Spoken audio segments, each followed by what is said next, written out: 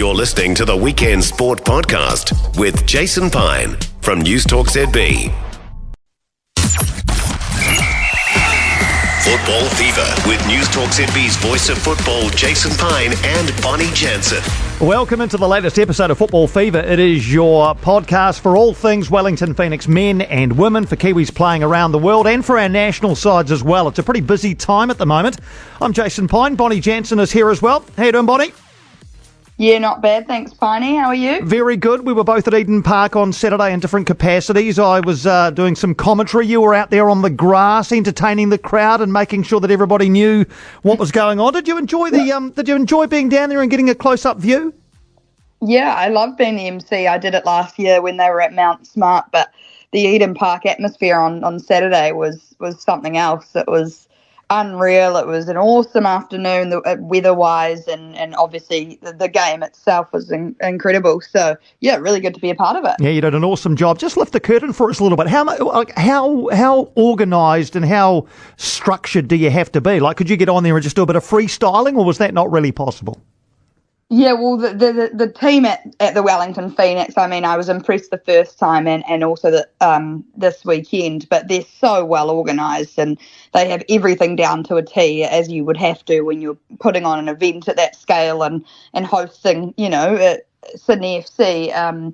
But, yeah, they have a script for you already and all the sponsor mentions you need to include and things like that. But they're pretty relaxed in terms of how you want to go about it and freestyling, as you say. So, yeah, it was good to add my own little flair to it. But, in terms of you definitely not in the deep end and they've got things pretty well laid out for you. Good stuff. No, it was great to watch you from up on high. I could see you as a small dot down on the pitch as I was up in the stand, and my eyes are terrible anyway. So no, well done, great job. Let's talk about the game. Wellington Phoenix men 2, Sydney FC 1, back to the top of the league for the meantime. For a long time, it didn't look as though it would be 3 points for the Wellington Phoenix. In fact, I thought their first half was among the more ordinary home first halves they've had this season. In fact, full stop really, because they've been pretty good away from home. What did you think of the first 45? No, yeah, I agree. I thought it was not great performance, and that's the perk about emceeing and that gig that I had, because I was right there on the pitch and you get the up close action and you could just feel the momentum was building in Sydney's way. And yeah, as you say, it was a really disappointing first half. I was in the media box prior to kickoff, and a lot of other journalists, I don't know how many listen to Football Fever, so I hope they don't mind me mentioning, but a lot of them didn't think the Phoenix were going to come away with the win, and it certainly was trending that way in the first half. So yeah, I agree. I didn't think it was a good half, but the second half, obviously we'll touch on that. But good to come back from. Absolutely. And Sydney came in on a hot run of form. They were 8 unbeaten and, of course, had beaten Wellington the last time the two met just before the turn of the year. They scored an early goal through Robert Mack. And actually, just before we move on, I do have an apology to make to Robert Mack, because for some reason I got into my mind that he was Croatian. He is, of course, Slovakian. I mentioned him being Croatian a couple of times on the commentary, so that was a very, very poor piece of commentary from me. So Slovakian Robert Mack opening the scoring. Then Tim Payne limped off with a hamstring injury, which is not only going to keep him out of the upcoming All Whites games, but may well keep him out of the next 4 or 5 Phoenix games as well. So hopefully he's back for finals football. That's just another little quandary for Chiefy. And then Sydney looked to have scored a second when Jordan Courtney-Perkins tucked one home from a corner, but as it turned out, he'd used an arm in the build-up and it was chalked off. So I think the Phoenix probably consider themselves a little bit lucky to go in only 1-0 down. Second half was a heap better, wasn't it? They got the goal through the own goal. Alex Paulson, a terrific triple save to keep it at 1-1. And Costa's winner. What did you make of that? Oh, he's just incredible. Like, he knows when we need him. Like, he picks out those big moments and he just takes it. And I'm just so glad we've got him on our team. He was he knows when we need him to pull through, and he's done that all season. So yeah, another big moment from him, and was really impressed with that VAR in the first half. I was down there on the sideline, and it was just so exciting to see, and Ufuk was there, and he was getting so into it, and it was just so glad that it came out in the Phoenix favour. But yeah, Costa, unreal. You do actually get a very different view from sideline, don't you? I've had the opportunity a couple of times to be down on the grass, watching a game, and you just get a greater appreciation, I think, of a lot of parts of the game. You, as you say, you can read the mood of the opposing benches if you're on that side, and it is a very, very different view from being up in the stands or watching on television. So great perspective, and you're right about Costa. I mean, he just is having a terrific season. 11 goals now. That's his 91st in the A-League men's, which takes him past his old teammate Archie Thompson.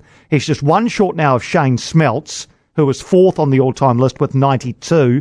And in the post-game, he said, "I'm coming for you, Smeltzy." And you have to believe that he is, because he'll get another couple before the end of the season if this form continues. So, yeah, great to see Costa in such good form and earning an all-whites recall. Eden Park, been a pretty happy hunting ground for Wellington. 12 games, 7 wins, 5 draws, so I don't think they'll be back. Someone said to me, well, they could come back, couldn't they? But they won't come back to a city now. They won't take a home game away to a city that has its own A-League team, will they? No, I mean, not when there's a Black Knight Auckland FC streakers on the pitch. I doubt they would want to waste their time with something like that. What did you make of that? He wasn't even nude, was he? So he wasn't really a streaker, and he had the shirt on. Do you think there was a connection to Auckland FC that somebody's had a word in somebody's ear, and it's all transpired that way? I mean, there has to be, right? We've all seen on social media that, that the shirts haven't been released yet. So there's no other way, unless he printed it overnight and made a dupe. There's no way he's not connected. I think it was a bit of fun, considering the banter that had played out kind of the 48 hours prior to that happening. Maybe it was a little bit extreme. Maybe Auckland FC could have done something different, like pull up a big flag in the crowd or something like that. But I mean, I love that there's this rivalry going. Even though we're a massive rugby country, I don't even think there's going to be a rivalry like the one that's upcoming in the A-League with these two teams. So really, really exciting prospect. I totally agree. And I also think that, much as you can say what you like about the method of it, but here we are 48 hours later still talking about it. So it's made a splash, right? It's made a splash. And I think you're absolutely bang on. There's no way somebody has just come upon a shirt somewhere. And I think Nick Becker, the CEO, said, we gave a few away at the launch and some of them went missing. There's no way somebody's come across a shirt by themselves. And even like if they've nicked it, for example, there's no way they're running out onto Eden Park wearing it. It has to be something to do with the club. And look, I get the feeling, and there's been fingers pointed at a couple of the high-profile co-owners, and it may well be that that's what's happened. But, yeah, I just like the fact that, as you say, this rivalry is already starting to build even before, Auckland FC have announced their first player. So, yeah, can't wait for the derbies next year. Just back to Wellington. They next play Brisbane Roar on Easter Sunday. It's an international break this weekend. They are back at the top, as I say, on 43 points. They will not fall out of the six now. They are, by my maths, 14 points clear of 7th, with only 5 or 6 games to go, depending on which team it is. So, look, they're well and truly in the finals. They are now 8 points clear of 3rd. Are we talking about a top 2 side here now? Look, I really hope so. And prior to Saturday, I was nervous. I thought kind of that Saturday game was going to be really telltaling. And as I mentioned, the fellow football reporters all felt the same, that, maybe this was the end of their spectacular run that they've had. But again, they prove us wrong, and they've made for these big matches this year. So I don't know. I think it would be a real shame not to see them go all the way, and just fingers crossed, really. It's a pretty tough run-in, but it also is against teams who are challenging for the top two. So if they can do what they did against Sydney on the weekend and find a way to beat these teams, or at worst not lose to them, then I think they will stay where they are. As I say, Brisbane on Easter Sunday, then away at the Mariners. That will be a top of the table clash, not to be missed. Melbourne victory at home, Newcastle away, and Macarthur at home to finish. I think we're looking at a top two side. I really do. And I'm like you. I hope they can continue this magnificent form. The FFP with Piney and Bonnie. Let's go to the women's game on Sunday. Wellington Phoenix 2, Sydney FC 4. A first loss at Porirua Park for the Wellington Phoenix women. Sydney FC just a bit too classy yesterday.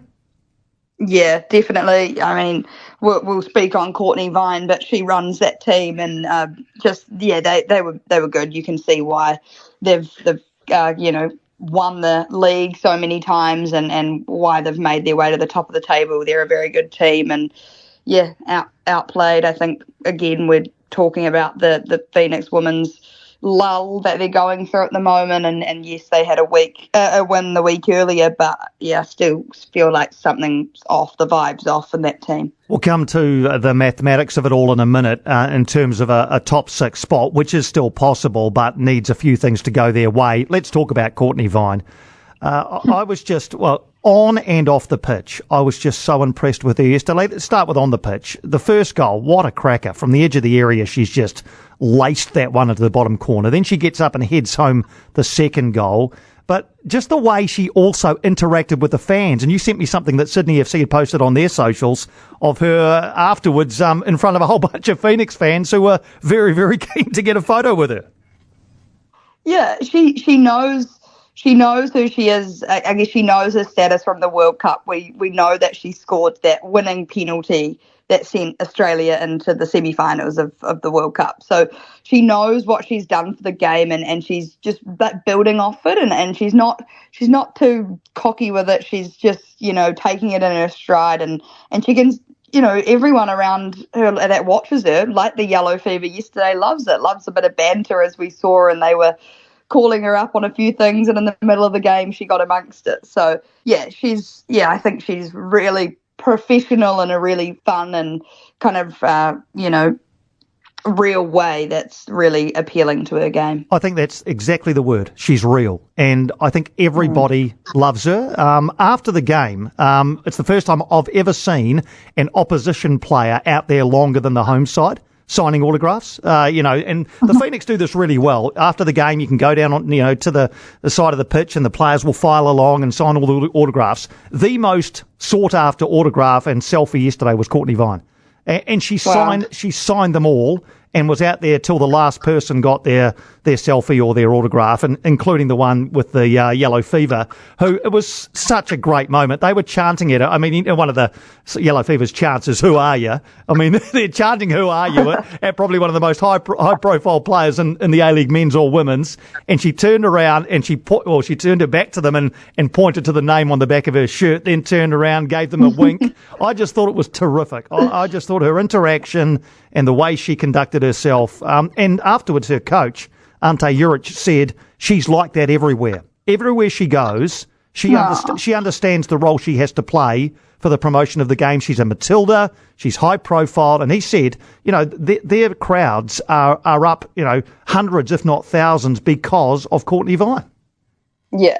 And that's the thing. Obviously, she's an amazing person, but she backs it up on the field. It's not like she's any old Matilda, she's an upcoming star, and she's done so well. So and good on the Yellow Fever. I think that's a really good thing about Porirua Park. As I'm listening to you through the screen, you can hear the crowd, and you can hear the Yellow Fever, and I'm obviously familiar with those chants growing up in Wellington, but it was just awesome to watch. It was a really, really cool occasion, as they have been at Porirua Park. I think going there for the women's home games has been a real masterstroke.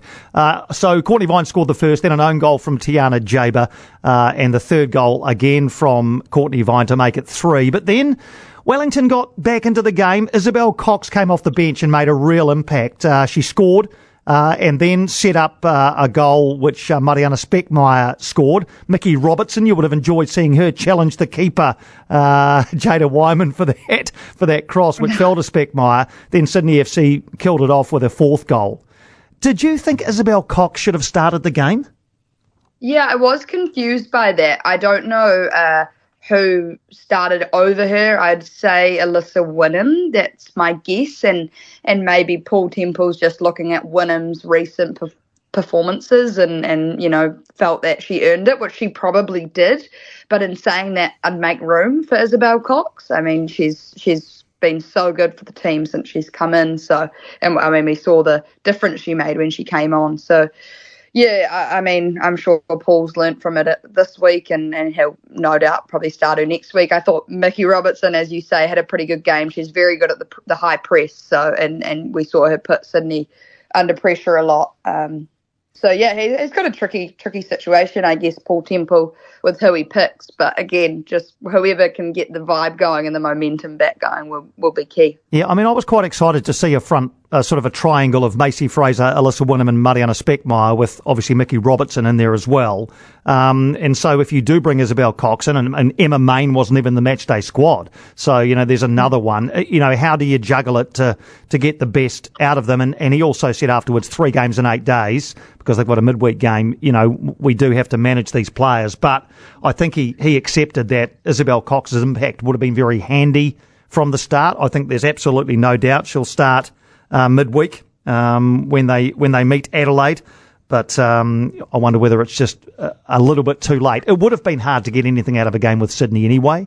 But, I just think that he may have missed a trick there by not starting Isabel Cox. Both Paul Temple and Mickey Foster, the captain, afterwards said they lacked a bit of energy in the first half, maybe a little bit overawed, perhaps. That's my words, not theirs, against such a classy team. They do, though, have a quick turnaround. Adelaide United on Wednesday. Let's do the maths here, Bonnie. There are 3 games left for Wellington. They're on 22 points, so that means they can get to 31. Now, Western Sydney are currently 6th on 30. The Jets have 27 from 20 games, and Perth have 24 from 20 games. So actually, Perth can't. They can draw level with Western Sydney if they win those 2 games. But for Wellington, there's only one outcome now. They must win their 3 remaining games and hope that a couple of other results go their way and they can sneak into the 6. If they drop any points at all now in their last 3 games, their top 6 hopes are over. So they play 11th placed Adelaide, 12th placed Canberra, that's away, and then Western Sydney at home. It could come down to that. If Western United do a job and beat Western Sydney and Wellington Phoenix win their next 2, it could come down to that last game, which is over Easter. Do they have a realistic chance, this Wellington Phoenix team, of being in the 6? Well, I mean, look, when it's not in your control, it's really hard to get there, I guess. They've not done themselves any favour, and it's out of their hands now. They're relying on other results, so it's going to be tricky. I guess nothing's over till it's over, but really, really tough ask. I think they believe they can do it, and as I say, you're playing the 2 bottom teams, Adelaide and Canberra, and then the team who are challenging for that 6th spot. So that part of it, you think, okay, well, it wouldn't be the craziest thing in the world if they were able to win their next 2 games against Adelaide on Wednesday, Canberra away on the weekend, and then set themselves up for that. But yeah, But they'd need Western Sydney to lose every game between now and then, would they? They've only got 2. That's it. They've only got Western United, and then Wellington themselves. Okay. So yeah, so like I say, it's dangling there tantalisingly. But the first point of business is Wednesday against Adelaide at Porirua Park. A quick turnaround, as I say, 5 o'clock kickoff there. They need to get the win there to keep the flame flickering, and then worry about the last 2 games after that. So looking forward to seeing how they go against Adelaide United at home on Wednesday. Football Fever on iHeartRadio. Quick look at a couple of other matters. All Whites have got a couple of games coming up. They play Egypt, the 36th ranked side in the world, on Saturday morning at 9. Then either Tunisia, who are 41st in the world, or Croatia, who are 10th in the world, to follow. It's like a mini cup. It's called the W Cup. 2 semi-finals. Winners play each other in the final. Losers play each other for 3rd and 4th. Just for context, we are 103rd. So we're well and truly the outsiders amongst this quartet, but good for Darren Bazley's side to get games of this calibre, isn't it?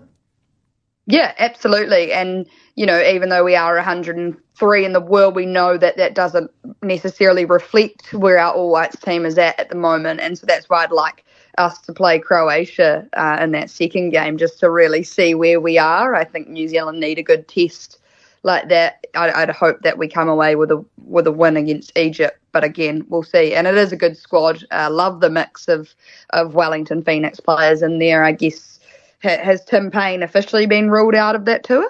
Yes, I believe so. Yes, he's not going to be there, which is a great shame for both he and his two coaches at club and country level, because I think he is the best right back at the moment. I think he's the first choice right back. So, yeah, he won't be going.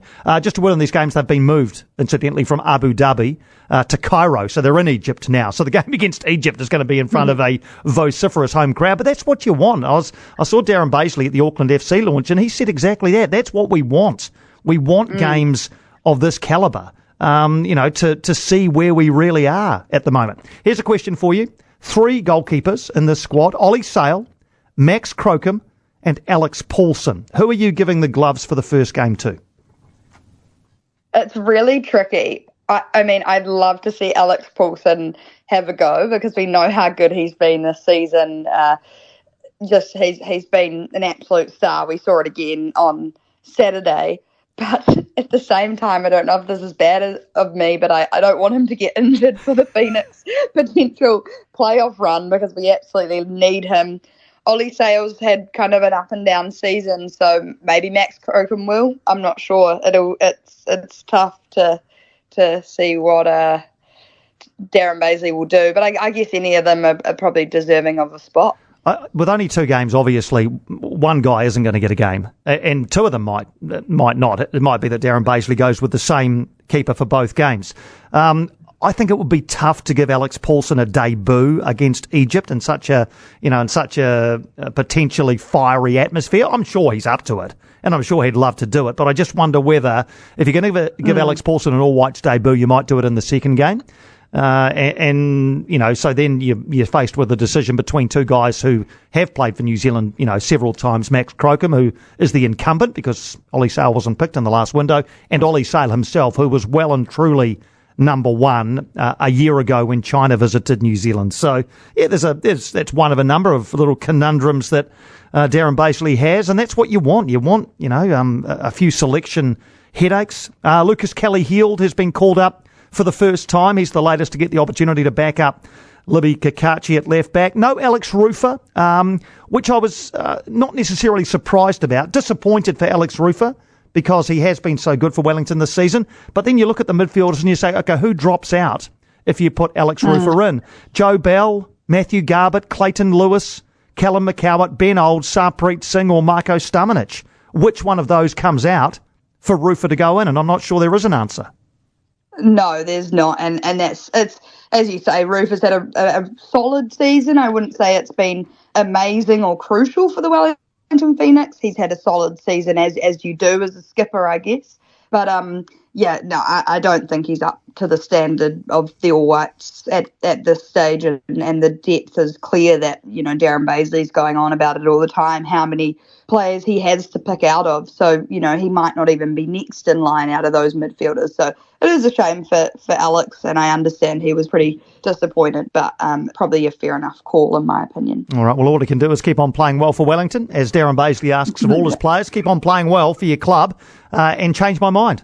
So I'm sure that's what Alex Rufer will be doing for the rest of this A-League men's season. So Egypt, Saturday morning, 9 o'clock, New Zealand time is the first game, and then depending on the result, they'll play either Tuesday or Wednesday morning at, I believe, 9 o'clock as well, against one of Tunisia or Croatia. Football fever. Just to finish, Kiwis playing overseas. Might start with the men today. Lots of our male players on the score sheet. Chris Wood scored his 150th goal in English League football. That is quite the feat. 64 of those in the Premier League. Nottingham Forest 1, Luton Town 1. So Chris Wood got the goal for Nottingham Forest before he links up with the All Whites. Marko Stamanic scored his first goal for Crvena Zvezda. They are now 4 points clear at the top of the Serbian Superliga, so he's doing well there. Max Mata back at Sligo Rovers on loan. He got a couple of goals. George Stanger was on the score sheet for Ayr United. He's playing centre-back for them in Scotland. And Andre de Jong, who's been a bit of a forgotten man, really, as far as the All Whites are concerned, got a couple of goals in his South African club, Stellenbosch FC's latest outing in the South African Cup. So a few males doing good things and scoring goals overseas. What have you found as far as our top female players are concerned, Bon? Yeah, Anna Leek had another game in goal for Aston Villa. It's good to see her getting some minutes because we know that, that the top football firms' goalkeepers haven't been getting minutes at clubs. So she was in between the posts for their 2-1 win over Everton in the Women's Super League. Claudia Bunge played 90 minutes for HB Kodge in their latest victory in Denmark, while her football firm teammate Daisy Cleverley came off the bench. Paige Satchel and Katie Kitching went head-to-head in the London City Lionesses clash against Sunderland. Paige Satchel came away with the win for the Lionesses. And Jackie Hand had 90 minutes for Lewes FC in their 2-1 win over Watford. Good stuff. Good to see Kiwi players getting minutes, scoring goals, and making an impact in their overseas environments. That is us for a bumper issue of Football Fever. We'll be back next Monday with more. No game for the Phoenix men, as I say, this coming weekend with the international break. But by the time we chat next Monday, we'll know whether the Wellington Phoenix women are still alive. They would have played two of the games we've talked about, Adelaide on Wednesday and Canberra on Sunday. And we can also review the All Whites game against Egypt as well. Have an excellent rest of your week, Bonnie, and we'll catch up again on Football Fever in a week or so. You too, Piney. We'll see you then. Football Fever, powered by News Talk ZB. For more from Weekend Sport with Jason Pine, listen live to News Talk ZB weekends from midday or follow the podcast on iHeartRadio.